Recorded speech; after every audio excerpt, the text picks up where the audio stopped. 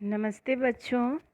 आज हम कक्षा 10वीं की पुस्तक क्षितिज भाग 2 से सूरदास के पद को पढ़ेंगे। सूरदास के पद को पढ़ने से पहले हम सूरदास के बारे में भी जानेंगे। तो चलो शुरू करते हैं। सूरदास जी का जन्म 1478 में रुनकता में हुआ था। वे 6 वर्ष की अल्पायु में ही विरक्त हो गए थे। उनकी ख्याति शीघ्र ही दूर दूर तक फैल गई। सूरदास वल्लभाचार्य जी के शिष्य थे। सूरदास जी जन्मांध थे या बाद में अंधे हो गए थे, इस बारे में विद्वानों में मतभेद है। वास्तव में उन्होंने अपने पदों में यमुना का किनारा, कदम्ब का पेड़ और रंगों का जैसा वर्णन किया है, उसे देखकर उन्हें जन्मांध नहीं कहा जा सकता है। सन 1583 में उनका देहांत हो गया। सूर की प्रमुख रचनाएं सूरसागर, साहित्य लहरी और सूरशरावली है। सूरसागर उनकी कृति का मुख्य आधार है।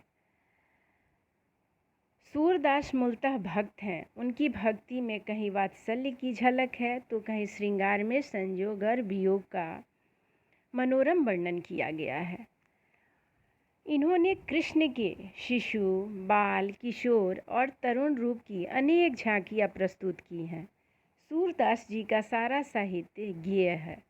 उनमें संगीत और साहित्य का अद्भुत मेल हुआ है। सूर जितने अच्छे गायक थे उतने ही श्रेष्ठ कवि भी। इस कारण सूर्य के जैसा दूसरा कवि दूर दूर तक दिखाई नहीं देता। उनके पद सीधे हृदय को छूते हैं। सूरदास जी को हिंदी साहित्य का सूर्य भी कहा जाता है। बच्चों, यह पद सूरसागर के भ्रमर गीत से लिया गया है।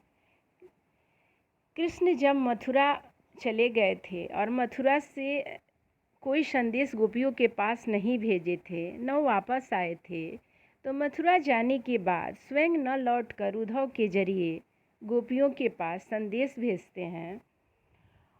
उद्धव गोपियों के पास जाते हैं और वहाँ निर्गुण ब्रह्म और योग का संदेश जो गोपियों को देते हैं।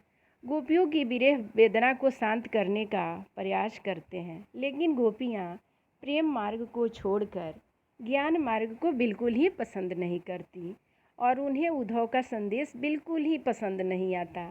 तभी वहाँ एक भौरा आ पहुँचता है और गोपियों ने भ्रमर के माध्यम से उद्धव पर बहुत ही कटाक्ष किया है, व्यंग बाण किया छोड़ा है और वे कहती हैं कि अगर उद्धव कभी स्नेह के धागे में बंधे होते तो विरह की वेदना को अवश्य समझते।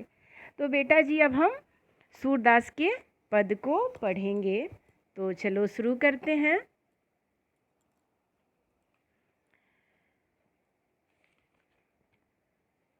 उद्धव तुम हो अति बड़ भागी, अपरस रहत स्नेह तगाते, नाहिन मन अनुरागी।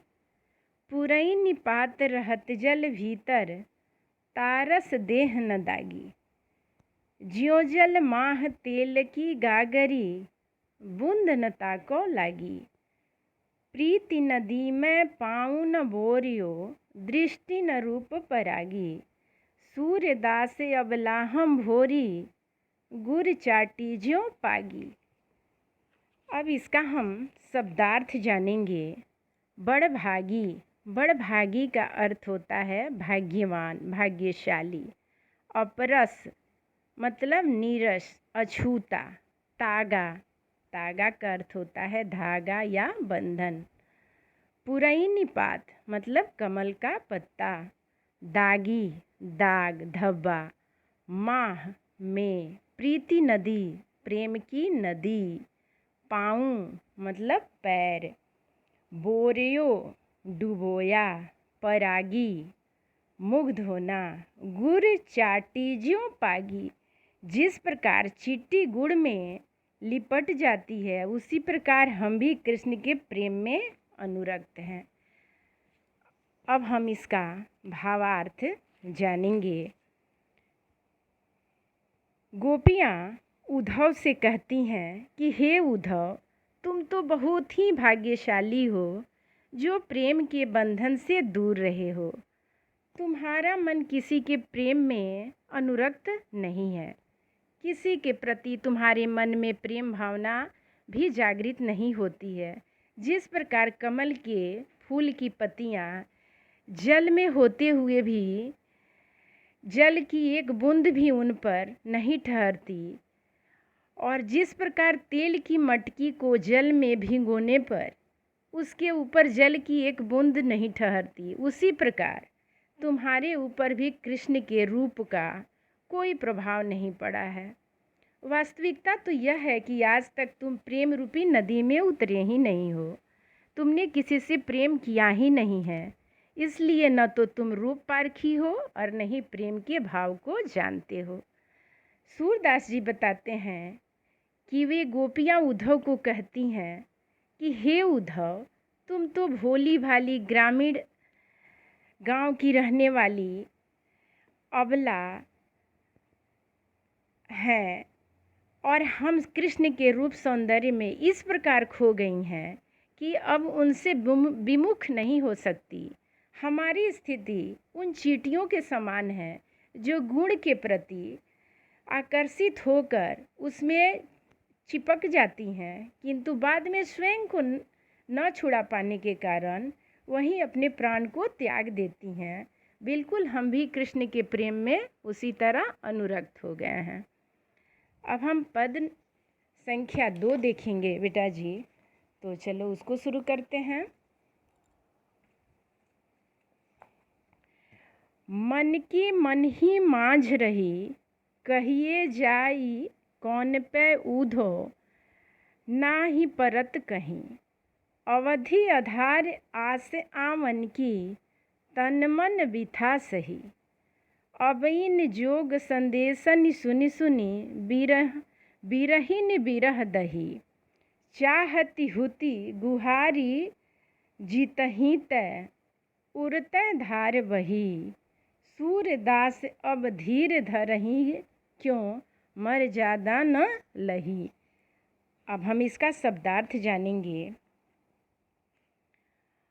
आधार का अर्थ होता है आधार, आमन आगमन, बिथा व्यथा, बिरहिनी वियोग में जीने वाली, बिरह दही बिरह की आग में जल रही है, हुती थी, गुहारी रक्षा के लिए पुकारना, जीतही तय जहाँ से, उत उधर वहाँ, धार योग की प्रबल धारा, धीर धैर्य, मर्यादा मर्यादा या प्रतिष्ठा, न लही नहीं रही नहीं रखी। अब हम इसका भावार्थ जानेंगे। गोपियाँ कहती हैं, हे उद्धव, कृष्ण से मिलन की अभिलाषा हमारे मन में ही रह गई। हमें यह आशा थी कि शीघ्र ही कृष्ण के दर्शन हो जाएंगे। हम चाहती थी कि जिन बातों को न कहना पड़े उन बातों को अब हम किससे कहें। हम अपने मन की बातें केवल कृष्ण को बताना चाहती थी, लेकिन उनके न आने पर अब हम किसके सामने अपनी इच्छाएं व्यक्त करें। हर पल कृष्ण के आने की उम्मीद बनी हुई थी, इसलिए शरीर और मन में हर प्रकार की व्यथा को सहन कर रही थी। हमारा समय इसी आशा के सहारे व्यतीत हो रहा था कि कृष्ण से मिलन होगी। अब तुम्हारे द्वारा योग ज्ञान के इस संदेश को सुनकर हम कृष्ण के वियोग में जीने वाली गोपियाँ विरह की आग में जलने लगी हैं। जिधर से हम विरह की आग में रक्षा करने के लिए पुकार लगाना चाहती थी, उधर से ही यह प्रचंड अग्नि की धारा प्रवाहित हो रही है। हम कृष्ण के विरह में व्याकुल होकर उनसे मिलने को व्याकुल हैं, और वे हैं कि ज्ञान योग का संदेश भेजकर हमें विरह की अग्नि में जला रहे हैं। सूरदास जी कहते हैं कि गोपियाँ कहती हैं कि अब हम धैर्य क्यों धारण करें, जब कृष्ण ने ही अपनी मर्यादा नहीं रखी अब हमारा धैर्य का बांध टूटने के कगार पर है, अर्थात अब हम धैर्य धारण नहीं कर सकती। धन्यवाद।